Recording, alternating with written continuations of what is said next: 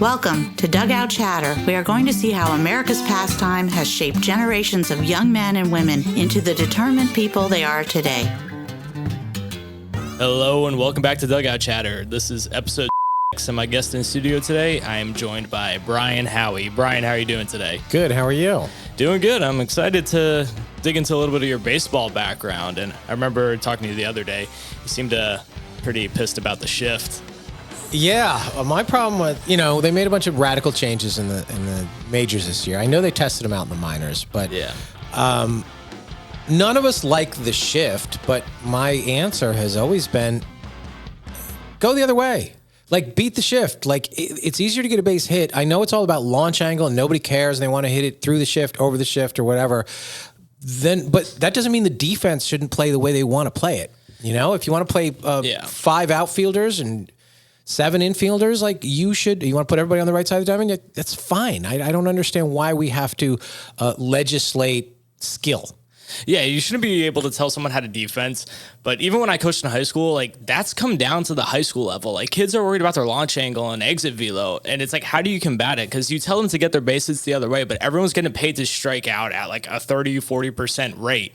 So it's like, how do you combat that? How many kids in high school are hitting homers? Has it go up? Has it gone up since they focused on that? Are they really trying to tell people to? No, you got kids the size of a fungo. Yeah, I know. Like that's what I don't understand. But there's the shift. I hate looking at it. I hate that the second baseman is in the outfield grass.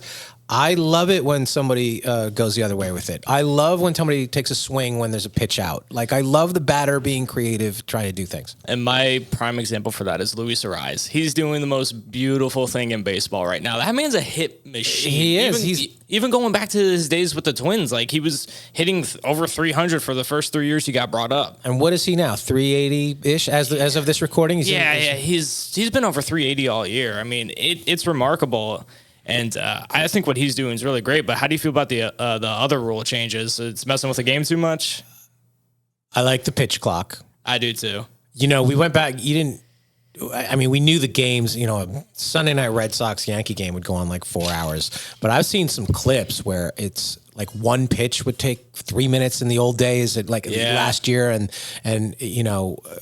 throw the ball. Like, I like guys, and I always knew from playing, when you play behind somebody who takes forever to throw, especially if you're in the outfield, like, you're not going to get a jump when the ball hits. Like, you're not on your toes. It just is hard to play behind it. No, it really keeps you on your toes. And as a defense, like, you can get lulled to sleep by that. And that's where it's rough. Mistakes There's happen. no rhythm. You're in a majors, minors, whatever, and you're on a hot summer day and your pitcher is taking, oh my God, especially down 55 here. seconds. And down here in Florida, you don't want that. Throw the ball. Yeah. So going back to your playing journey, how old were you when you started playing baseball? That's a good question. So when I was a little kid, when I was like 8, 9, 10, which is about the time that people would have played baseball, or I lived in Paris then. And so there was soccer there and there wasn't any baseball. And I felt like I was behind in baseball. I had a cousin who was really good at baseball. He was a couple years older, and when I got back to the States, I'm like, I want to play baseball. I want to jump back into this. And, quickly started playing, and I was pretty good pretty early, and I was a huge baseball fan. And but growing up in the Northeast, your baseball season's very limited, and half your games are rained out until you get to the summer. Snowed out. Snowed. I mean, I remember even in high school, like, our first game was usually the first time we got outside. There was a lot of batting cage in the gym. There was a lot of that, and then you'd be playing on slush, and we were always envious. One year, we took a trip down to Florida, my high school team. And we just got killed because the Florida kids get to play all the time. Florida boys are something different. Because one of my cousins, he goes to school in Virginia, and he was down with us for spring break. And his team, actually from Virginia, came down here to play a team in Parkland. They got mercy rules like immediately. Yeah, I mean, it's just not the same. We can be as good as we want up there, and every once in a while, New York, Connecticut, New Jersey, some good players come out of it, but they have to be exceptional. You're not like California, Arizona, Texas. Southern my Georgia. cousin was in Louisiana. They get to play baseball all year round. And that, like anything else, it's reps, it's competition, it's, using those muscles, and you just cannot replicate that, getting 3 weeks of in a gym, spring training, you know, it's just not the same. So what was your position? I started as a catcher. Oh, that's my favorite. Then I sort of moved around the infield, but every year my arm was less qualified to play third and short. I played short for a long time, and then by the time I got to high school, I don't think I had a good enough arm. I don't know why my arm got athletic worse. Still. So I moved to second, and I played a lot of second base, which I don't know why my arm was good enough at one point. I guess all the other kids, I wasn't that big.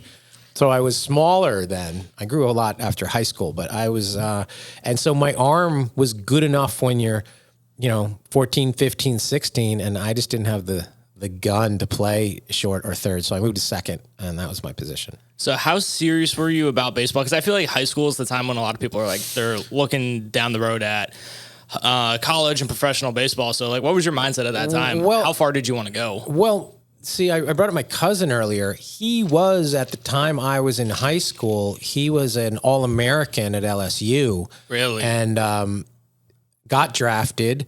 And so it wasn't so crazy that somebody in my family might have a career in baseball. Again, looking back, delusional. I had no shot of doing that. But it wasn't like, you want to see how far you could go with it. I wanted to see how far I could go in college with it. And then we all grow up and want to be, play for the Yankees, and we want to be a big leaguer. And I was good. I'd make the all-star teams and make the all-league teams and whatever. But the difference between that level and the guys who are legitimately good, like the ball sounds differently off the bat. Yeah. It's sort of like, when you hear the hiss coming in off the seams. It's sort of like a football. When you see a high school quarterback who's going to go D1 or something, and you watch them throw the ball, it is just much different. Yeah, because I remember my one of my older brothers, his name's Brayden, he played against Trey Turner in high school, and he said, like, he just saw something different that, like, no one else could do. Like, it was a ball in the 6 hole, it's short, he barehands it and throws it across the diamond, across his body, and he's just like, oh, so you're just fucking better than every one of us. Yeah, I mean, you just see it,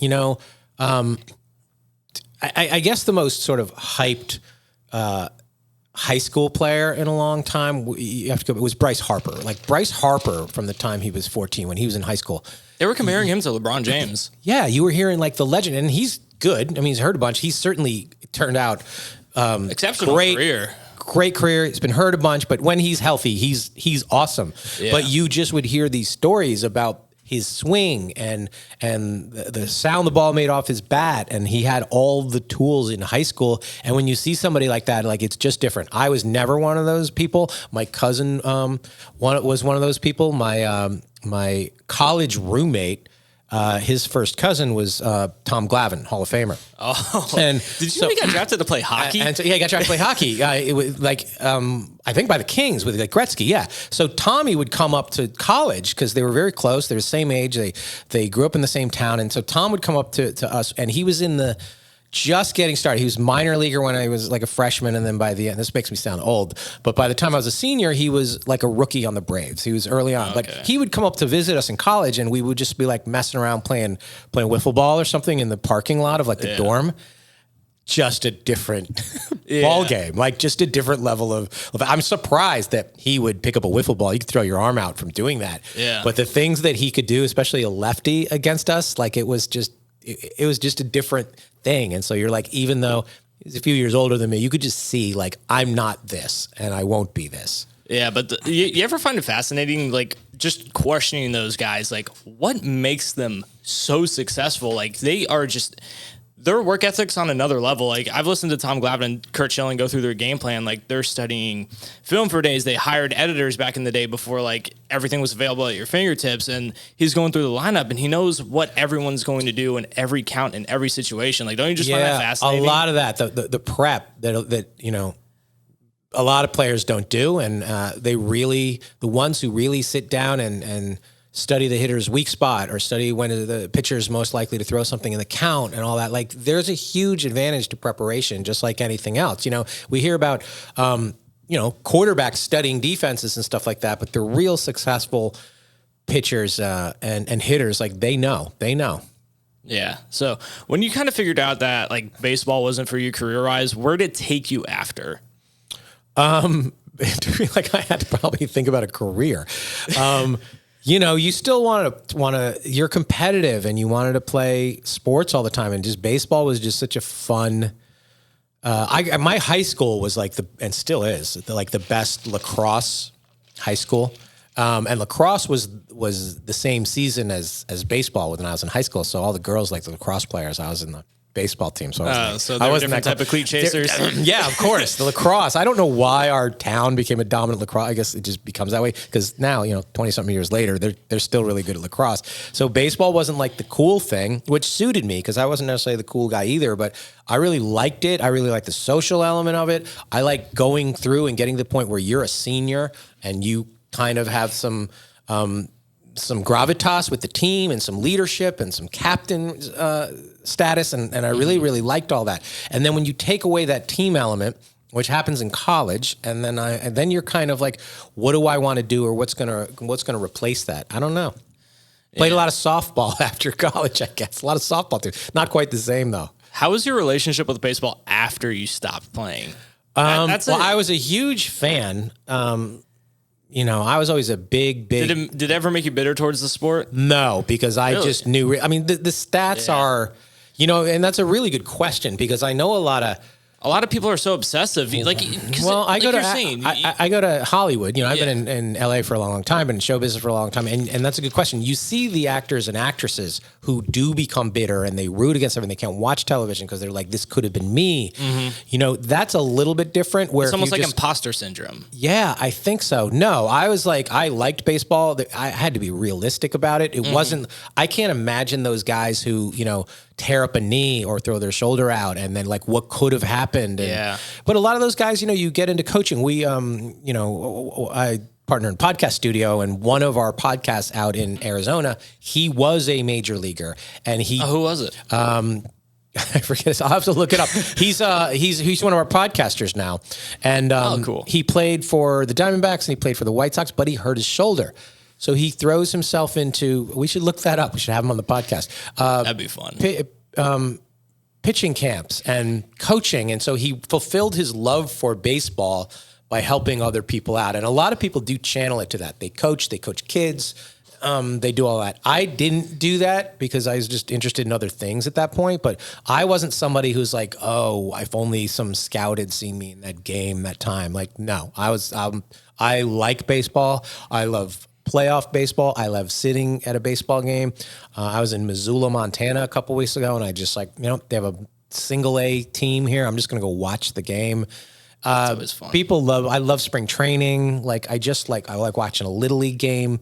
I like it.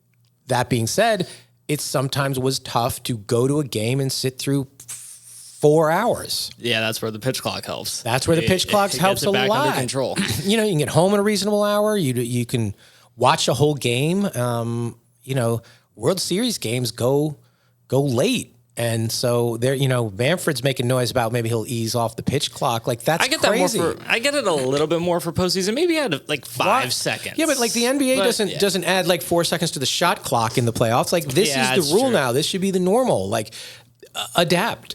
You know, they're a little quick on guys getting in and out of the box and calling ball. Give them they could ease up on that a little bit. Sometimes it's subjective. You don't want a game to be costing. You don't want to walk off. Pitch clock. Yeah, you don't want someone's season to end on that. But did you see when Cody Bellinger, he was on his first game back at Dodger Stadium? Yeah. He stepped out and they called a strike. It's have a feel for the moment. I know. And they were giving him a hand. And interesting. Bellinger. He's somebody who lost it and got it back. That doesn't happen too often. I feel like part of it is the rule changes helped him because he's... Oh, you think? Yeah. He's got to act quicker on it?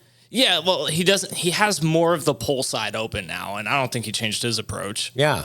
No, he was somebody who was so good, mysteriously so bad, and then he got it back. He's good now. That shoulder injury, though. Yeah, you change your swing, you screw it up, but he had a full season on a good team where he hit 165. That's hard. That's hard to do at that level. Yeah, they still won 111 games. Right, I know, and so no, I'm a baseball fan. There aren't.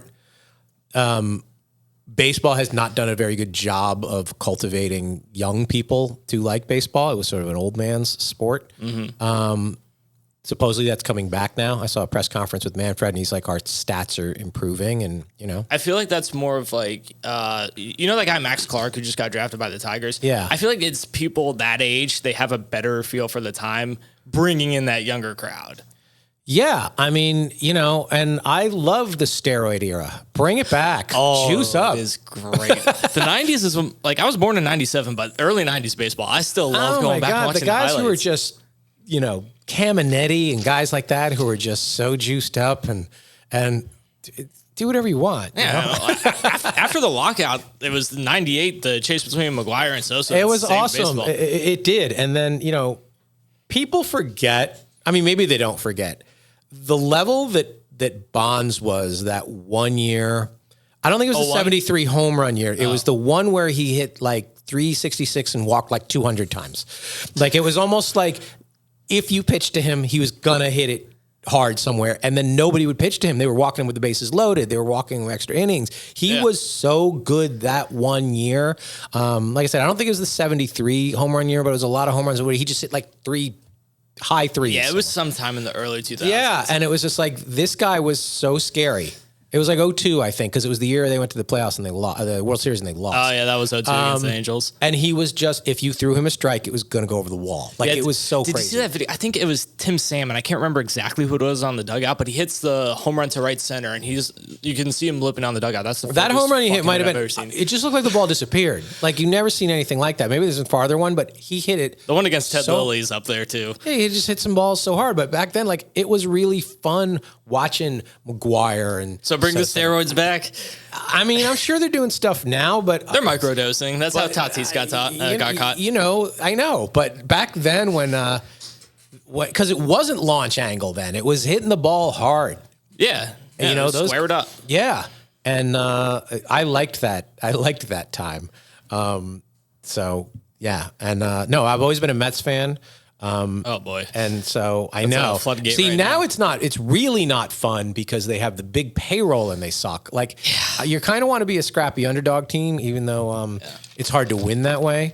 That's why I really like teams that are just good every year. The Braves are good every year. They have a good system. They're good every year. The Dodgers are good every year. The Yankees spend the money, but they're at least competitive every year. Yeah. But it's probably such a blast right now to be a Orioles fan or a Reds fan or one of those. The Reds, that's really exciting. All the young talent they have. Yeah. But one interesting thing I like asking a lot of people is I feel like baseball is one of the best sports when it comes to teaching you life lessons and failure. And like you were saying, the studio app, it's the one you own. So yeah, Podpopuli.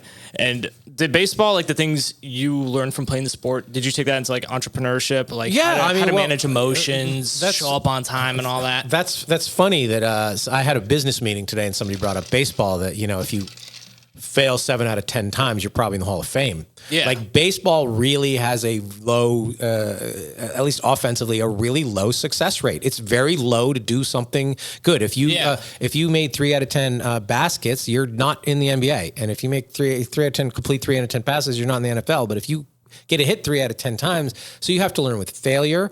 It's about discipline. It's about routine. It takes a lot of practice. And all of those things are really good life lessons. You manage the highs and lows better. For sure. Because it's easy to get caught up when you're hitless, man, I fucking suck, this is over. And then, you get the guy who's too much on cloud nine, then they fall back to earth. Yeah, and I even remember my dad, who was not the best baseball dad, but I would go home. I literally remember this conversation one time. I came home, and he goes, "How'd you do?" And how'd the game go? And I go, "We won." And he goes, "What'd you do?" I go, "I went 3 for 3." And there was this pause, and he goes, "Well, were they 3 hard hits or were they lucky hits?" And I'm like, then I have to qualify the level of hit. It doesn't matter. They're going to even out. There's going to be some line drives that are caught, and there's going to be some bloops that fall in. And I was like, this is a tough grade that I have to be I got the hits. I got on base. But that's interesting because, if you went 0 for 3 with 3 hard lineouts, you didn't do anything wrong. The ball just didn't land. Yeah, and sometimes that happens. Sometimes, you hit it hard and you do that. You got to learn to overcome an error. You're going to make one. Tough throw. There's a lot of lessons in baseball that are really good for kids, which is why I don't like that a lot of kids don't play baseball at all. But it's good. I love the rituals of baseball. I love, breaking in a new mitt And, yeah. You know, it's such a process. And I love that you can have a glove for years and years and years. And just smelling it, getting that smell of the field. Yeah, I know. And I love learning, like, what bat do you want? What size bat? What length? What weight? Like, there's just such a process. Also how the weight's balanced. Yeah. And there's just a lot of stuff. And I imagine hockey's like that too, where people really know how to tape their stick and they like the feel of equipment and everything. I really like that about baseball. And I like that there's a game every day. Like, you just go get them tomorrow, you know? Yeah, and I love the game within the game between the pitcher and the hitter, because it comes down to like where you're hitting in the lineup, what the count is, like leverage, who's on deck, where you are. Yeah, all that just mentally sharpens you. Yeah, you know, all of it. Yeah, I'm a baseball fan. I love playoff baseball. You know, even when my team's not involved. You know, somebody asked me the other day, weird, that I'm on this baseball podcast now, that somebody just asked me, like, what was the best baseball game you ever saw? And I said it was the Cubs-Indians Game 7 in the World Series, simply because of what was at stake for both teams. Both and it was teams had the longest World Series drought. And it went extra innings, and it was over. And I'm like, neither one of my teams, you know, the Yankees weren't in it, the Mets weren't in it. I didn't care, but I was able to look at it. I'm like, that's the best game I ever saw. But how about David Ross, the last at bat of his career? And I mentioned this on another podcast, but Game 7, World Series, your last at bat, you hit a home run. Yeah. You can't go out on a higher note. I know. I mean, I'm old enough to, not only did I go to college in Massachusetts, I was in college in 86 when the ball went through Buckner's legs. Oh. And I was in a whole, everybody's a Red Sox fan, and I was a lone Mets fan. And that was just a wild time. And I always thought that was like one of the things that the Cardinals coming back against the Rangers that ninth inning in the World Series one time. But that Cubs-Indians, considering both fan bases had gone through that, and that game, like, I just remember, I'm like, this is as good as it gets in sports, like that game. Yeah. You know, to sit and watch a 9-inning game of two teams that you don't care that much about and be sort of that emotionally invested in it. It was a lot of fun. Yeah. You know? Yeah. It was great. Yeah. So like you said earlier, you found yourself at a single A stadium. So we all know about major league stadiums, but what's the most interesting minor league stadium you've been to? Because some of them get wacky. Some of them get really wacky. Charlotte, I think they're the Knights. They're a White Sox affiliate. They now have a really nice stadium in downtown Charlotte, but they used to not. They used to have one like right across the border in South Carolina, and I happened to go there once, and they had some crazy promotion. I don't know what was going on. It was like a toga night, and all the crowd was in toga. Have you been to a Savannah Bananas game yet? I haven't yet, but they have come down to West Palm. That is something I got to do. It is such a, you know, props to Major League Baseball. They embraced them. They're letting them play a game at the Hall of Fame induction this weekend. Awesome. There, but the creativity of those guys, and it's still real baseball and whatever. Like, it is a great. I saw them when they were in Arizona, and it's awesome. It's fun. It's baseball. They just do all kinds of stuff. You have no idea what they're going to do. It's like going to Harlem Globetrotters. It's great. Yeah, but a lot of them are really good players. A lot of them, they end up going in the draft. Like, yeah, I know. They're not like nobodies. No, but some of these like low A, you go to the single A, like those guys are living in somebody's house. Like they get like put up, like foster care. Like it's about time they got that though, because they were up to their own devices. Like I know. minor league baseball players got treated like people shit. in a Motel 6. But splitting rent. There's some really nice minor league stadiums around. You know, Louisville's got one. Indianapolis has one. Like, it's minor league baseball is super fun. So how many stadiums are off of your major league bucket list? I have been to a lot of them. I'm trying to think of one I haven't been to. I have. Well, I guess, have you seen every team play a home game? No, okay. I haven't been to Kansas City. I haven't been to Cincinnati. That's funny. I've been to a lot of them though. You know, obviously Fenway, Wrigley, the two stadiums in New York. They did a great job with Citi Field. The new Yankee Stadium's terrible. So what's the difference between the new and old Yankee Stadium? Because I've heard that a lot. I've only been to the new one. The sound is different. There was something about the old Yankee Stadium that was so intimidating, and so the way the seating was, and the way they just made it so luxury box and seat oriented that there's sometimes you go to a game at the new Yankee Stadium, the lower level seats are empty, everybody's eating. Sort of like when you go to a game in San Diego, it's like a really nice bar. Yeah. Nobody's in the seats, nobody's watching the games, but you know, Camden Yards, you know, changed everything. Like Camden Yards really made that was like the first modern one, yeah. So when you go to, they're all kind of alike. You go to Target Field and PNC and whatever the Giants stadiums now, AT&T, whatever. Safeco. I think it's Oracle now. Yeah, maybe it's Oracle. They're all pretty similar and they're all super nice. But still, the best stadiums to go into, like what's my favorite stadium is Dodger Stadium. Dodger Stadium's like a postcard out of like the 60s Well, they're still stacked on top of the field. Because that's one thing that you were saying with Camden Yards. They pulled it back. You're further away from the Dodger field. Stadium still seats like 55,000. Like it's huge and it's awesome and it's beautiful. And yeah, Dodger Stadium is, I love Dodger Stadium. I love going to a game there. They're into it. Not every LA sports event seems like they're into it. They have a huge Mexican fan base. They love baseball. Yeah, Fernando Mania. Yeah, and so I've gone to I've probably gone to more Dodger games than any team, just because I lived there for so long. And I just, Mets would be in town. I'd go to all 3 games, but I would go to a lot of Dodger games just because I love Dodger Stadium. So how was the whole baseball scene in LA? Because you got the Padres, Dodgers. Nobody cares about the Angels. Like nobody cares. Like I don't blame Ohtani for wanting to be a Dodger. They have the 2 best players on earth, and they still suck. It's a bad stadium. It's nobody cares. It's the Padres have been bad for a long, long time. There are some fans there, and it's a nice stadium. It's a good experience. But the Dodgers dwarf everything. Yeah, the Dodgers are a big deal there. But they're going to. A lot of the stadium. I mean, you go to Fenway, and they've updated Fenway in a way, but same with Wrigley. Same with Wrigley. The area around it's all fun. The bar's all fun, but you're still sitting in like a 17-inch seat. It was like this too small and too cramped, and have you been in faces the wrong way? Yeah, I've heard it's wild. I like Comiskey. What's the is it Comiskey? What's it called? The White Sox Stadium. The White Sox, the new one, the one now. It's guaranteed rate park or something. Yeah, I remember it being U.S. Cellular Field. I don't know. So the White Sox Stadium is the last stadium built before they figured it out, before Camden Yards. It's the last of the old stadiums, but it's still a good time. Like it's just, Chicago's a fun town in the summer, but I've been there. That's a good time. At least it's all not domes now. Yeah, I haven't been to Philadelphia. I just don't want to go to Philadelphia. I haven't been to the National Stadium. There's probably about 10 I haven't been to, Yeah. So still some more to check off the list. Yeah. My least, I've never been to where the, you're in no rush to get to the Rays Stadium. No, I haven't, but I've been to the Marlins park here. It sucks. It does. Sucks. It does. It's all bad, which in the ghetto in Miami that all the taxpayers pay for. You're in someone's backyard. No energy. It's bad, which I've been to quite a few of the Diamondbacks games. Because they're kind of the same stadium. They have the retractable roof. They're in a hot weather place. Yeah. That stadium's great, and it's fun there. The Marlins it's so dead. It's in the wrong spot. It's ugly. I've been to their old field so many times. It was depressing. Actually, with the one in Fort Lauderdale, Joe Robbie? when they shared it with the Dolphins. The Dolphins, down there. Now they've fixed that since, but back in the day, you couldn't go because you couldn't trust it wouldn't get rain out.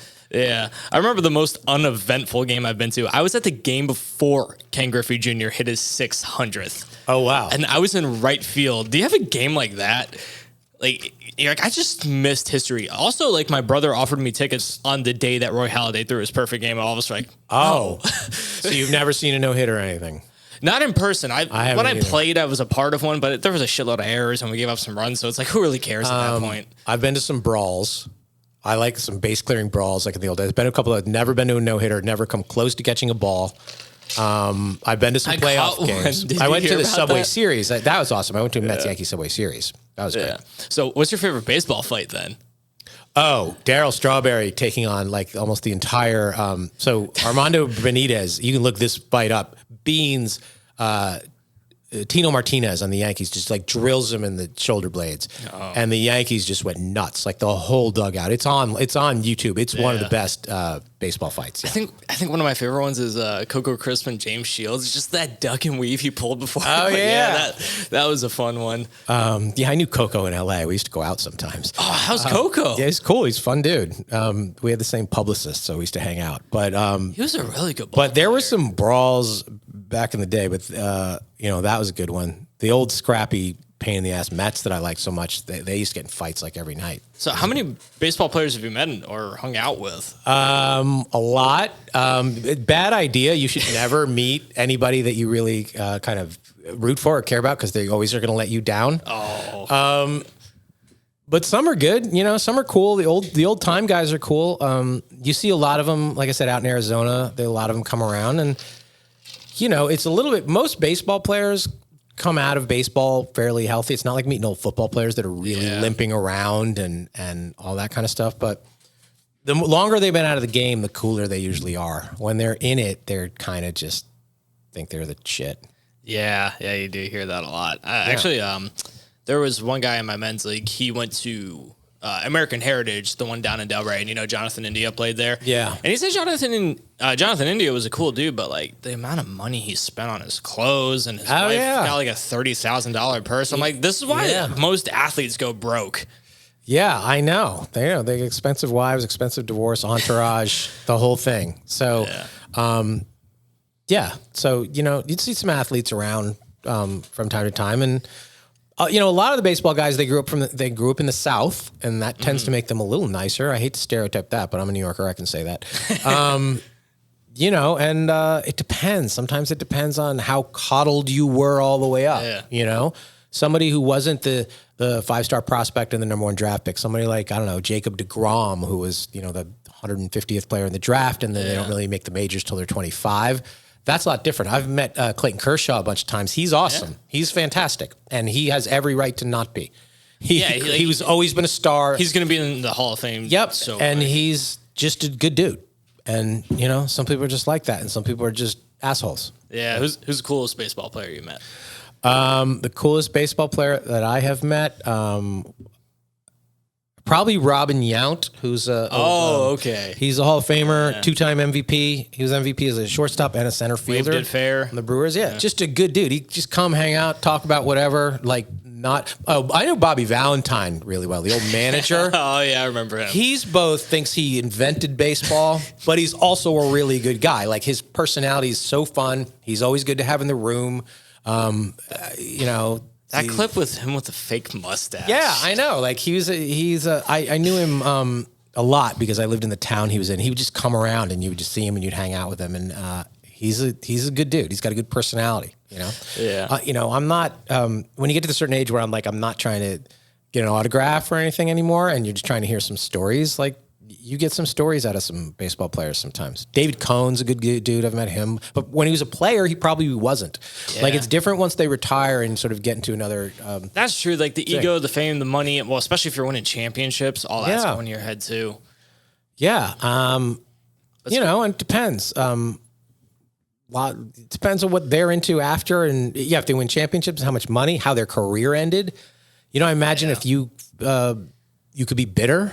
but the ones who are just like, listen, I had a full run and now I'm playing golf 300 days a year, they're probably in a good mood. Yeah. But speaking of baseball stories, what's a funny one you got? Because like I've had way too many about dicks in locker rooms. My baseball player or dick stories? It doesn't have to be one. I've just had a lot of those for some reason. High school, a guy that I went to high school that I actually went to college with, he was a really good pitcher, got caught in high school, Vaselining the ball, like just flat out in high school. Really? Yeah, just was he trying to get foreign substance on the ball. Wow. And that isn't probably going to happen in high school. And it was so blatant, he got caught, he got tossed out of the game. And we were like, what the hell? Like, we didn't have another pitcher then or whatever. Like, he was just loading the ball up. And it was like, where did you even learn to do this at this age? Was he? Because it's hard to control the ball. You have to learn how to do that too. I actually did. Kurt Schilling said he didn't like pitching with the scuffed ball. Mm-hmm. Some guys don't like it because when it moves too much, you can't control it. Yeah, you have to know. It's sort of like knowing how to throw a wiffle ball. You don't. And he's sitting there. He's literally on his hat. He's Jim, if you're listening, this is you. Just globbing up the baseball, and suddenly he gets tossed, and we're like the third inning of this tournament. I'm like, what are you doing? Our coach, who would just smoke cigars during games, like bit his cigar in half. He was like so mad. Was he a Jim Leland type then? Yeah, yes, he was. He was this old guy who was just like, rah. And so this guy like just greasing up the ball in high school. Yeah. So what's one of your favorite moments from your playing career? Like, it could be a hit, win, something big that you still remember. I got a game tying double in the bottom of the ninth to tie the game up, and I dislocated my shoulder on the swing. So I'm at second base, and I had to come out of the game, and people wanted to high five me. I'm like, oh, great hit. I was like, no, don't touch me. Yeah, I guess it was your left shoulder. Yeah, it was my left shoulder. It just came out, and I was like, that was both my highest moment and my low moment. I couldn't play for like 3 more weeks after that. And my coach, same guy who bit the cigar in half, he's like, how the hell did you hurt yourself on a swing like that? I'm like, I don't know. That's actually kind of weird because it wasn't on your top hand. No. Yeah. It was on my bottom hand. Yeah, I don't know. I guess you might have finished on the backswing too hard. No, it was on the when I hit it. Oh. Something about the way I kind of inside out. You might have tweaked it before. I don't know. It was I inside outed it. I went the other way and my shoulder just like popped out. Oh. So that was a high and a low in one at bat. Just one more question before we wrap up. Like, how have you seen baseball change in your lifetime? Because you've seen a lot of games, played a lot yourself. Like, what's the difference between now and then? Like, 'cause it's a jarring difference with analytics being pushed. The analytics being pushed. Do you think we need less of it? I really am still like an old school, like, I like batting average. I want guys to get hits. I like RBIs. I don't like the advantage. They don't think it matters. Like, those things matter. Like I said, I'm a Mets fan now, and Jeff McNeil won the batting title last year, and he's hitting like 248 this year. Like, there's no explanation for that because you're not a power hitter. Yeah. So what did you do that you lost 80 points on your batting average? Like, I don't understand that. I like guys that go up there and hit. I want guys who swing at the first pitch. I want pitchers who work fast. I want all of it. That's why this year is better, and I like it. It's much better for the pacing. Yeah. I don't understand why there's not more scheduled doubleheaders. I don't understand why every major league team doesn't play on 4th of July or doesn't play on Memorial Day. Like, I don't understand that. Baseball has so many military ties. Yeah, and there's so many ways to get kids to go to the game. Yes. And so if you're doing like a 1-ticket doubleheader on a holiday, you're going to get a 9-year-old who's going to go. I don't understand. They make a lot of strange decisions. They're very restrictive on what they put on YouTube. They're very bad on social media. They just don't do the job the NBA does. So what's one thing you would change then? I would shorten the season. Really? I would go How back many to games? 154. Okay, so there's some history in there. There's some tradition in there. I think I'm always, because it starts too early now. There's too many rainouts. It's all screwed up. And the one thing that I just detest, I don't know who likes it, the Ghost Runner. Oh, I fucking hate that. Who likes it? It's the worst. No. I don't understand it. I just hate it. It was a COVID gimmick, and then they kept it, and I don't get it. I think it was last year they said they were going to take it out, then they put it back in. And I hate the DH. Yeah. I hate the DH in both leagues. I liked the difference. I'm actually kind of with you on that. I like one of my guilty pleasures is watching pitchers hit home runs for highlight reels. It's fun. And a lot of them can really hit. Yeah. I like it. Yeah, I like and I like the strategy of it, and I like double switches, watching America. bunts. I like that. I like American League hitters sometimes having to swing the bat in the World Series when they hadn't done it since high school. Like, I like all that shit. That is pretty great. Yeah, I like all that stuff. So is there anything you want to plug before we wrap up?